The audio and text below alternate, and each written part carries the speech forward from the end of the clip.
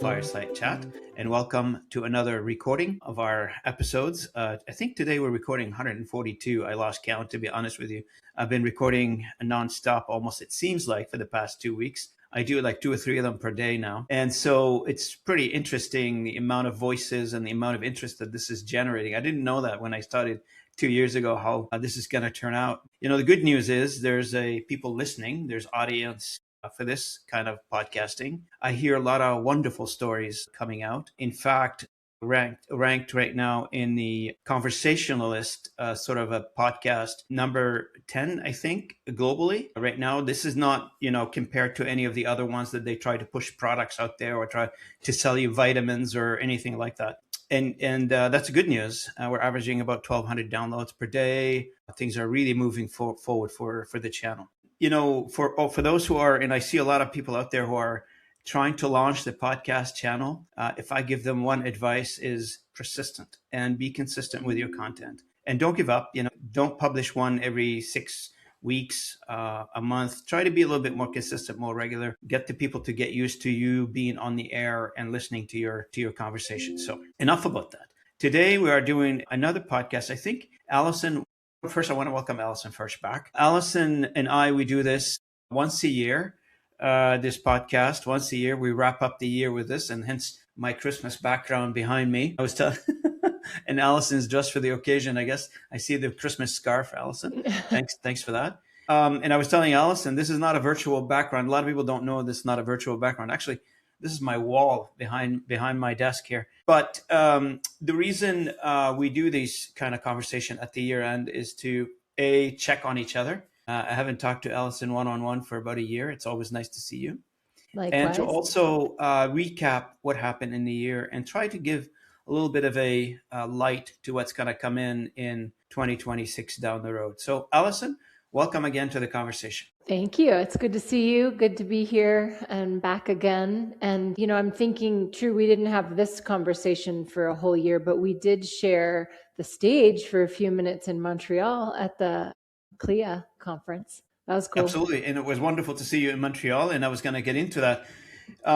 One of the things I want to reflect on for 2025 as we get started with our conversation, again, it's an unscripted conversation. So we can go in any topics in any direction within reasons, of course. The event in Montreal, how GALA was instrumental in sort of like the hub, if you will, for the community of language industry companies, individuals, associations, etc. More of a center of the dialogue, at least from what I've seen in Montreal, and for the various events that GALA has brought to the community in 2025. So from your perspective, let's talk about Montreal. Montreal was great, I guess. I had fun with that, but I hope you did too. Let's talk about Montreal and the various, if you can recap GALA 2025 for us. GALA 2025 was great. Whenever we host in North America, it usually is a smaller conference. And that's not necessarily a bad thing because you end up having a sense of intimacy and just a different feeling to the community. We had about 325 people from 32 countries, so it was still diverse, globally speaking. We had the keynote that achieved the highest ratings ever. It was Daniel Lamar, who's a longtime CEO of Cirque du Soleil, and he talked about creativity in business, and he talked about reinvention and resilience. And it was really cool. Obviously, Cirque du Soleil is an amazing brand. Everybody knows it. It's iconic. And to learn from him was cool. And he was just so inspiring. So that was a highlight, I would say, of the conference. And then what was also cool is that we coordinated with the Canadian Language Industry Association, and they hosted their summit on the day following our event. And so that brought a different subset of people, some of whom had been to the GALA conference, but it was cool to meet other people there too. So it was great to combine the two together, the one after another. I think same dates, I guess, almost one, not to overlap, but it was in sequence, GALA first, and then the World Speak from Canadian Language Industry Association, which I am the ambassador for World Speak 2026 this year as well. So I'll be promoting that on the podcast as we go forward along here. And we're promised by the team that's going to be another flagship sort of a conference, hoping that would be a success for us as well in Canada. The community continues to grow and continue to prosper. There is a lot more interest in the, I'm not sure if you're finding the same, but I'm finding a lot more interest now with people coming together to talk about their problems, their challenges, their future. I think when you're prosperous, when things are going well, everybody focuses on what they're doing. They're too busy. Many things are going in the right direction, and they probably don't have enough time for those conversations, to participate in conferences or to attend specific dialogues on the industry. But now I'm seeing that a lot more people at a senior level exiting the office, going to a conference, participating in dialogues than I used to see before. I'm not sure if you've noticed that. Do you guys have that intuition or have data to support that or not? Yeah, we do. We haven't had another big in-person event since the conference in Montreal. That one, like I said, was a little bit smaller than our European conferences. When we hosted in 2024, it was in Valencia, Spain, and we had over 500 people. We're going to host in Berlin. Maybe we can talk about that later, but next year, and we expect another big crowd. I think what you said is right. There's this desire for support and professional connection when you're struggling or when you're experimenting. And so having a community and a network that you can really depend on is more important now in times of hardship than it is probably in times of prosperity. And so we had something like a 75% increase in attendance in our special interest groups this year. We had 5 of them running. Those are virtual meetings. And so that was a huge leap. We also had a huge leap in the attendance at GALA Academy, which is another virtual kind of a micro-credentialing type program. There's not truly a credential at the end of it, but it's a very focused, like, I remember we talked about course. that one in the last recap. You were launching it, I think. Yeah, it went very well this year. 3 of them, we hosted 3 of them, and they all focused on something a little bit different. So I would say, yes, you're right. Your observations can be supported, substantiated with actual attendance data, at least in our case. Oh, absolutely. Now, for 2025, I mean, the industry have seen a lot of conversations, a lot of changes. Some people are ahead of the change, trying to figure out that reimagining their business, as Lamar would say from Cirque du Soleil. And also some people are I put them in 3 categories. One, trying to invent the business. One is trying to make the absolutely necessary changes so they can sustain it. And the third category probably is saying, it's not my turn yet. I'm happy with the customer cluster that I have. I don't need to do much at this point. I'm not sure if from the changes that you've seen in the industry in 2025, can we talk a little bit about that from your perspective? What's your highlights from changes in 2025 for the industry?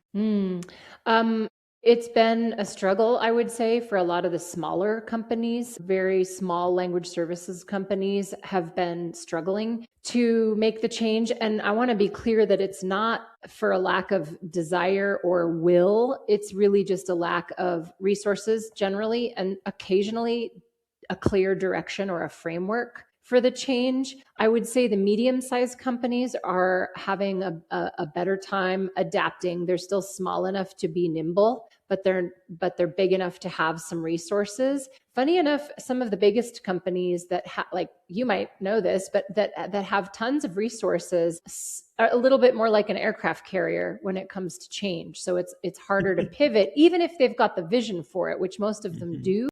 And so I would say you outlined 3 buckets, and I would say we don't see that many in that last bucket, which is to say folks that are like, it's all good. I'm going to keep doing what I'm doing. If that's the case, they're probably planning on exiting the market, retiring, in the next 2 to 3 years, because that's not sustainable. And I think most folks know that. So if you were to put a label on 2025, what would that be, Allison? As a singular label, boy, I'm not that good at coming up with things on the spot like that. It doesn't need to be a singular label, but just maybe a sentence. Are we still going through that transformational? Yeah. I think you've heard people who know about the hype cycle of, let's talk about AI, because that's what it's about. They say that we're now in the trough of disillusionment, which I think is really funny.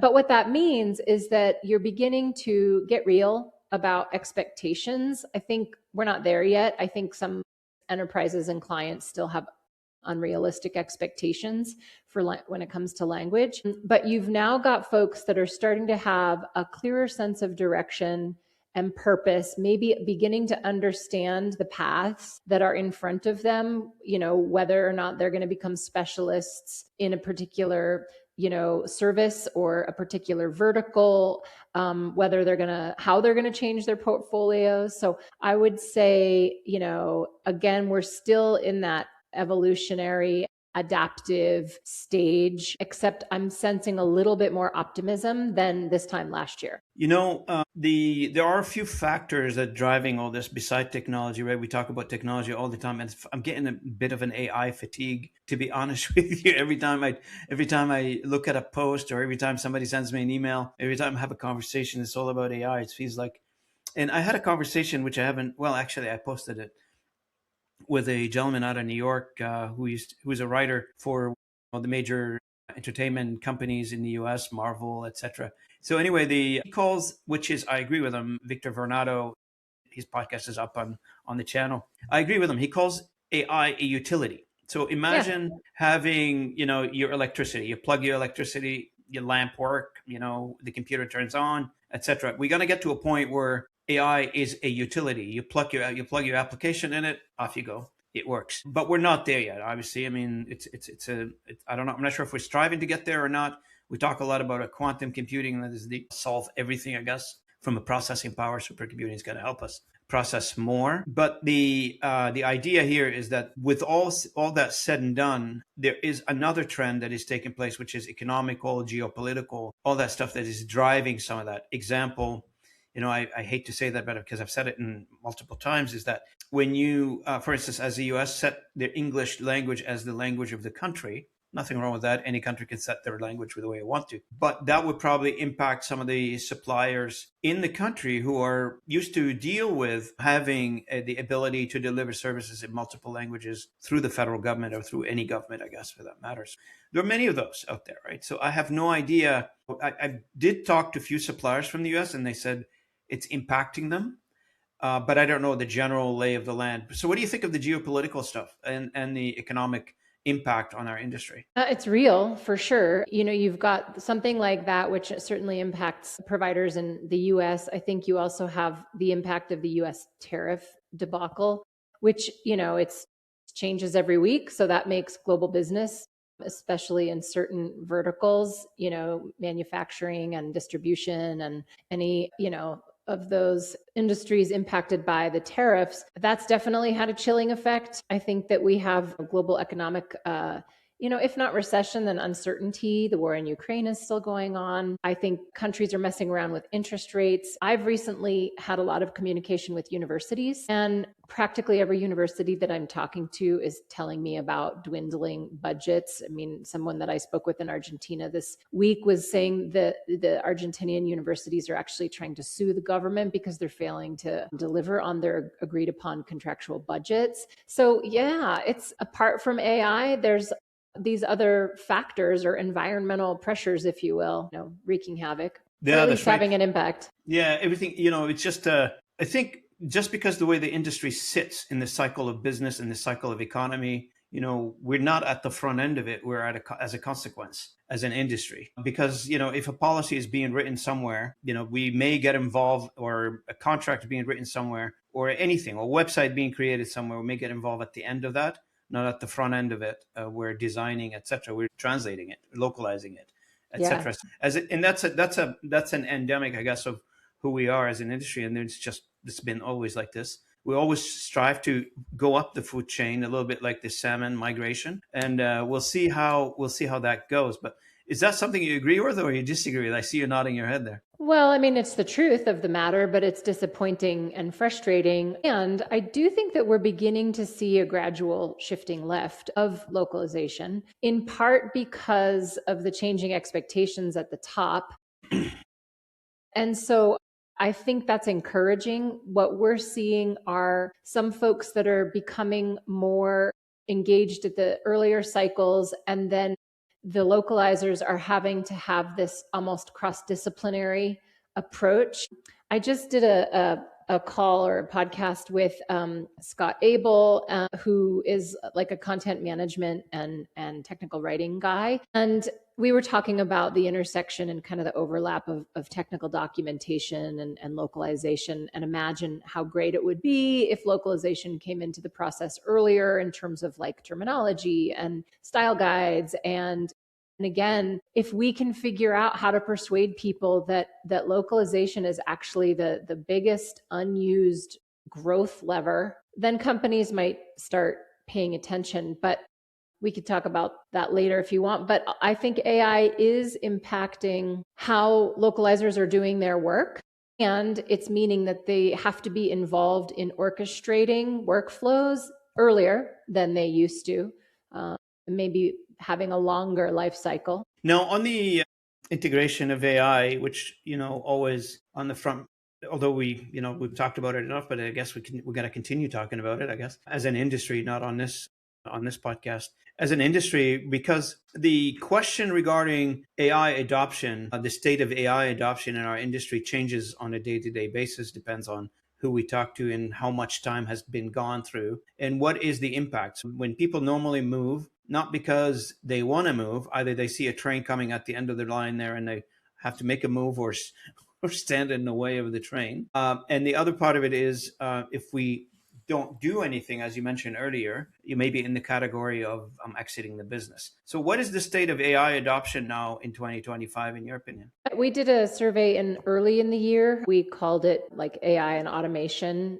and we were trying to understand what was happening. I don't have that in front of me right now, but it was very high. Something like 50% of the respondents were using it regularly, mostly with language related tasks and less so with other tasks. But what we've seen as the year has gone on is more use of agentic AI and kind of orchestration of workflows that are multi-step workflows. You said it's a utility, and I agree with that. I think another way to think about it is it can be used almost like a junior professional could be used, especially agentic AI. It's going to get better with training. It's going to get better with time. It can do certain things now, but it's not very good at a lot of things, just like a junior or entry-level professional would be. And I think that's the way people should be thinking about it. It's not a panacea. It's not a silver bullet. It's not set it and forget it. And honestly, I'm kind of happy to see some people back, walking it back. Like we heard, for example, Klarna, had laid off a ton of its language and localization staff and inevitably ended up hiring them back. And I think that's going to be the truth of it. And, I like talking about the humans more than talking about the AI. So we could do that if you want, but we can move on from AI if you like. Absolutely. And this is my next topic. It's going to be like, we've heard a lot of layoffs in 2025. Major company laid off people, medium-sized company laid off people. And people can, create anything they want in terms of publicly facing excuses as to why. But the fundamental is lack of revenue, predominantly land you or cash flow issues, think about laying off people. Now, on the human aspect, I mean, from where you stand, from where you sit in your position, what's your comments on the layoff situation in 2025? You mentioned one company had to rehire them back. Is that a trend, or is it one-off, or where are we at? The rehiring is not a trend. I hope it will become a trend. I hope we're going to see that next year. And I have a feeling, I'm going to have a little schadenfreude if some stuff goes poorly and they realize what a mistake they made. It's just that, so I don't know. Surely it's a revenue thing. I think in the case of companies that have private equity investment, for example, and they just simply have to make the numbers work. That could be like they think of it as a low-hanging fruit. Of course, we don't think of it that way. We think of it as high value. And by the way, you're cutting off your growth levers. And no, DeepL, as great as it is, it can't substitute for a team of people. It can handle the language piece of it, the translation piece of it reasonably well, but that's just a small part of what those humans are doing for companies. So yeah, I mean, it's true. The layoff is definitely a trend. We've seen that. And I certainly hope that rehiring in kind of a reorganized way is going to be a trend next year, but I'm not going to call it. You're not calling it right now? No. You're not hedging your bets on that one? Okay. No, I'm hoping. Did anything shift significantly, and you probably noticed it more than anything else in your scan through the industry in terms of vendor landscape, talent impacts, competencies, mergers and acquisitions that you probably think, oh, wow, I didn't expect that. This is happening. What was the mergers and acquisition like picture? I guess let's start with that one. Did Yeah, you? I understand. I've talked to a couple of people that are in that space, and I understand that it's actually picked up a bit and become a little bit more lively. I think the challenge is if you're going to be a company that's attractive, then there's got to be something unique about you. You either need to have some pretty interesting clients, you need to have some pretty interesting capabilities. Your run of the mill kind of translation agency that we saw 10 years ago, that's not that attractive unless there's something unique about them. But those companies, there's an appetite for the merging or for the acquiring because that's the way you basically get more resources to do more adaptation and pivoting or experimentation. So that's been, it's been picking up, I would say. And from the private equity firms, are they still heavily active in our industry, or where are they now? I'm not sure, but I don't think, from what I've heard, they're not quite, it's not like 2 to 3 years ago when they were really going after like language technology companies heavily. I think that's slowed down a little bit, but I don't know for sure. Yeah. And we've talked a little bit about that one. That whole topic of ethics and using technology the way it's being used, it comes in and out from different dialogues. What's your understanding of ethics and AI in our industry? Like, where are we with this whole ethics discussion? In Canada we call it jurisdictional data. I want to make sure that the data stays in country. I want to make sure I put some walls behind it or in front of it so people don't get unnecessarily people don't get access to it, etc. So Yeah, they think that there's a growing awareness of the risks, and it really depends country by country. Like the US is the Wild West, and I have a feeling we'll probably pay for it later. That's where I'm based. I think that like we look in Germany, for example, which has a traditionally very strict and rigorous data protection. mhm. And they have a much slower adoption or more cautious adoption. The EU passed, and I forget the number of it, but they passed a sort of an AI and ethics mandate this year. So those countries have to comply with that, and that meant making some changes. I was in a webinar a couple of weeks ago where they were talking about how some companies are actually moving from the cloud back to on-premise servers because of the risks and this priority for data sovereignty. Really, because even if you sign an agreement with OpenAI, you're going to use their tools. Apparently, I haven't read all the fine print, but there are some risks in there. And so, I mean, that's just one component of ethical use is kind of data privacy, intellectual property protection. I think one area where localization people are ahead of the curve is understanding bias and really trying to work on making AI and large language models as unbiased as possible. That's an afterthought, or it's not even a thought for plenty of other people. But because language experts and linguists have thought about this from the get-go, they're thinking about bias in these large language models and addressing that. So I applaud them, us, the industry, for that. I call it the rise of the SLM, the small language models. Yeah. There's a lot of Yeah. people are thinking about small language models where they can run it their own, Yeah. behind their own, lock and key firewalls kind of thing. And it feels to me that's the appropriate approach versus throwing it out on the ether and hopefully nobody catches it kind of thing in terms of privacy, in terms of sensitive data that it filters its way out. I know the data is parsed, but it doesn't matter. You still have few elements of that data that finds its way into the neural network of distribution, and you may not want that as a service provider. Now, let's move to 2025. What's your reading on 2025, Allison? Sorry, 2026. 2026. I feel like, well, so let's start kind of with the emotional standpoint. I think that there's a little bit more optimism. I think that people are starting to feel like, okay, we can do this. I kind of get the lay of the landscape. I understand some pathways that are open to me. I understand the direction that I want to move. Uncertainty is not a bad thing necessarily. I think folks feel better when they have a sense of direction and purpose. And I believe that that's what's happening now, is that there is a clearer sense of direction and purpose. And yet they know that there's still a lot of work to do. So in general, I would say we're feeling kind of optimistic about 2026. Like I said, the hype cycle is getting to that place. I don't have all those stages memorized, but I'm curious what the name of the next phase is after the trough of disillusionment. I'm sure somebody could tell me. Somebody will send us a comment on that one. Now, in terms of the GALA members for 2026, what can they expect? Well, we've got a couple new things going for 2026. One big bit of news is that we rebranded our annual conference and we're now calling it the World Ready Conference. I think for a variety of reasons, calling it the GALA Conference wasn't serving, think about that from an SEO perspective. There's a lot of galas happening around the world. So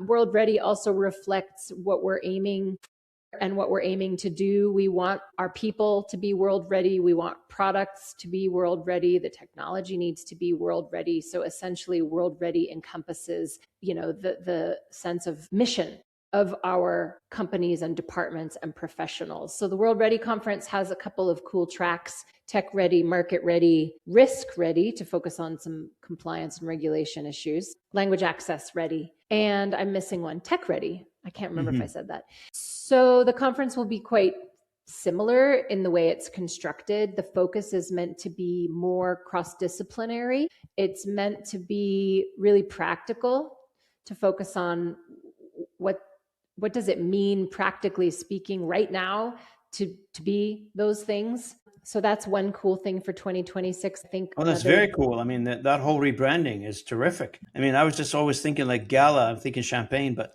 here you go. I know. Yeah. You and half the internet. I think that the other really big deal is that we are adapting our membership model to try to be more flexible and meet people where they are in this changing ecosystem.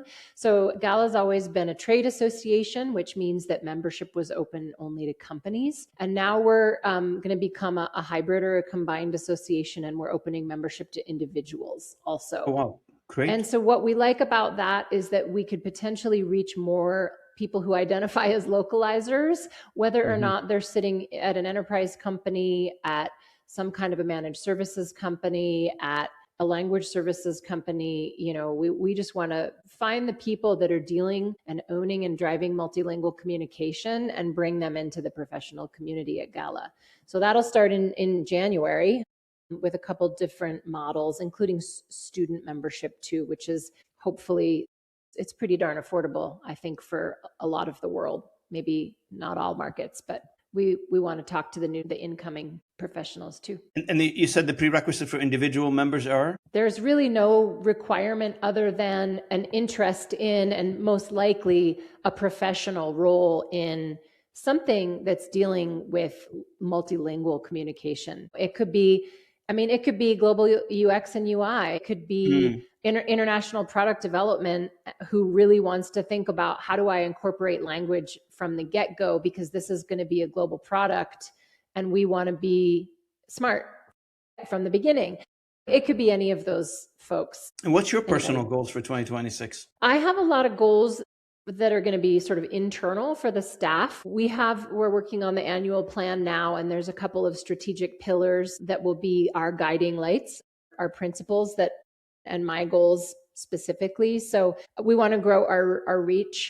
We want to reach more people in kind of more adjacent professions, let's say. I have a phrase that I'm trying to get the staff to embrace called automate the grind. And I want to automate the grind because we have a small team. We do a lot, and we need to be smarter about using technology ourselves. So automate the grind is a big one for us, and other factors and dimensions of operational excellence. So, I mean, look, we're a nonprofit association, but nonprofit is not a business model. Revenues are important to us so that we can reinvest them in programming and deliver cool programming. And so, we want to just make sure that we have a healthy revenue stream that comes primarily from membership and the conference. Mm-hmm. We want to make sure that we're delivering a lot of value, because people don't have to engage with associations. We think they should, and we think there's a ton of ROI in doing that, but we want to convey that really clearly. So I'll stop there. I mean, I don't know if that's what you were getting at, in terms That's of right. my That's personal exactly what I was getting goals. at. But yeah, One thing okay. we did not touch on, which we touched on last year, I just remembered the conversation, I guess, the research part. And you mentioned you've tested the idea last year. You had a report and you put something out. How's the research side of GALA? Is this going to go anywhere, or Yeah, you're going to move on? No, we just need to adapt it, actually. So what we discovered is that the problem, I'll just be blunt, nobody wants to read a 30-page report. And that's what we created. And that's a mistake in today's, goldfish attention span environment. So we still think that there's a lot of value in asking the community the questions about automation, about technology implementation and budgets and all the things that we ask.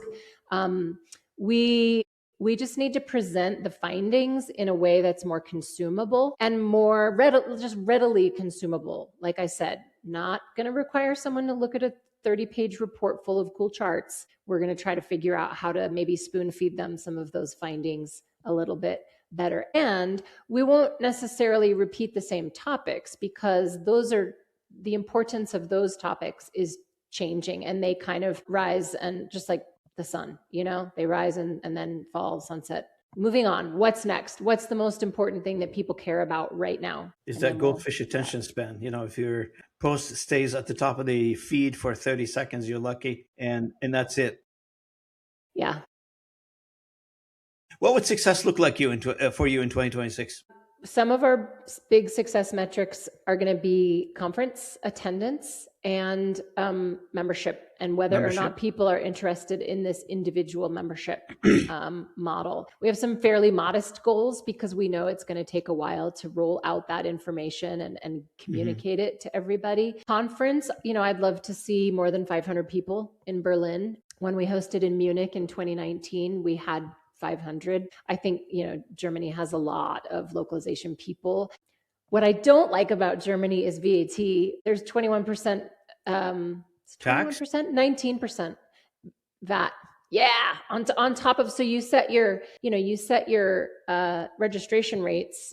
Can you reclaim that back or no? Yeah, companies can. Individuals, as I understand it, cannot. But if a company pays for their staff person to attend, they can reclaim the VAT. So that's helpful. So our hope for Berlin is 500 attendees, right? 500 attendees would be awesome. And then I don't know what we've set a few targets already for individual memberships, and it's probably modest, like maybe 50 memberships over the course of the year, but TBD, we'll see how that goes. That's what success would look like. I think, a well-oiled machine internally amongst the GALA staff. We brought in a new staff member in 2025, and we had one other person completely change roles. So it's been a year of just a lot of newness, and I want next year to feel a little bit more in the groove and settled in. So that would be a kind of an operational goal for me. Absolutely. And yeah. And you mentioned you have interest in the human. So for the human side, global industry, is there any initiatives, any global, I want to say programs? Yeah. That you're probably going to be putting out there in 2026 to support the people that runs our industry? And exactly. Them out there. So going back to what you said about, AI as a utility, look, we can't escape it. It's there. It's part of the fabric. It's going to be just part of the tool set. And so we've got 3 GALA academies that are focused on using AI in particular roles. So one of them is going to be in project management, for example. I think that's the big question when it comes to the people, is what are the new roles going to be as this evolution continues? And how do we prepare people to succeed in those new roles? Because they're going to need some new skills, maybe different perspectives, maybe different connections with new stakeholders. So we want to kind of anticipate what those new roles are going to be, and then prepare people for success there. Because From where you stand from an association point of view or from a global association point of view, you have a bigger visibility in what's going on industry wide versus most of the individual normally involved in their day-to-day job. They know it from their local presence, I guess, right? So they don't know beyond that. And I guess to a large, I shouldn't be saying that. To a large extent they do, but not to the depth of a specialized association such as yourself will bring to the table in terms of that awareness of what else is possible. For instance, one of the things in Canada we're pushing for right now is the opportunity to broaden our horizon as an industry outside of Canada. And that conversation started last year. So look for other markets. I mean, this is something we did not cover. A lot of companies are covering, like they would say, oh, we're a global vendor. We provide translation everywhere. Yeah, there are those, but there are others who are very, I want to say, county specific, city specific, province in Canada specific, or country specific. And they probably could do better if they decided to establish a foothold somewhere else outside. Yeah. And what tend to happen in an ecosystem that you're used to is you develop good knowledge in some cases, you develop a lot of learning, and that you can use outside. In a lot of cases, what happened, you develop stagnation as well. Yeah. I think in the case you just described, those are the folks that are primed for, partnering and potentially merging, with other companies. That's obviously one way to grow. I would say the other thing we didn't talk about is this cultural expertise. So when we think about the role of the human in an AI augmented workflow, where does the human bring value? Yeah. Well, the human brings value in orchestration. Like I said, that junior professional doesn't have any clue how to orchestrate a complex workflow nor connect the dots. So that's one key thing for humans to do. The other thing is applying judgment. So think about having to make trade-offs and things like quality and like the age-old question, quality, turnaround time, and cost. Like who's making that decision? A human is. And then when it comes to cultural relevance and resonance and sensitivity and what's going to succeed in a particular culture, that's AI is not good at that yet. And so I think that's another place that a human could apply or insert value into the chain. And there is the understanding here that AI, it is advancing not equally on all language combinations. That's for sure. Totally. When we talk about AI advancement, generally people focus on the top 5 languages and that's it. Below that, below the 5-10 languages at the top of the food chain, your typical, the FIGs and the usual Asian languages. But once you go below that, it's starting to get thin in terms of how powerful the AI is within those languages. And you bring a very good topic, which is we didn't have a chance to cover, is that whole cultural aspect and cultural nuances and history and tradition and the way the community communicates with each other, right? So, you're not going to be able to take a tradition, let's say in Saudi Arabia, that is probably 10,000 and encapsulate it into ones and zeros. I don't know how that's going to happen, because there's a lot of nuances to how you say things and the way you say things. And it may read correctly, but you will be upsetting a lot of people. And I say that because Exactly. Yeah. I think that that's the kind of thing that is not understood at the top. And that's a huge risk. It's a huge risk. 100%. So as we come to a close, what is your message to the global localization community as we close out the year? Know your value, figure out how to communicate your value to all of your stakeholders, embrace change, and be part of a community who's working and struggling on the same things that you are. Because that community, it sounds cheesy, but that community can lift you up. It can save your bacon, if you all know that expression. And it can just be an incredible resource for you as you navigate the change. That's it. Excellent. What a good message to leave with. They say rising tide lifts everybody, right? So, and that's where we need to aim at as a community. And to that end, from myself, Robin Ayoub, and Allison Ferch, Executive Director of GALA, I want to wish everybody an excellent Christmas. I hope this Christmas will be a good one for everybody, safe, happy, healthy for everybody. And I want to wish you guys a beautiful 2026 in the coming year. So I really appreciate your time, Allison, being with me. Here. Good to see you. Likewise. Thanks for having me, Robin. Anytime. And I'll see you guys at the next episode. Allison, hang on one second, okay? Yep.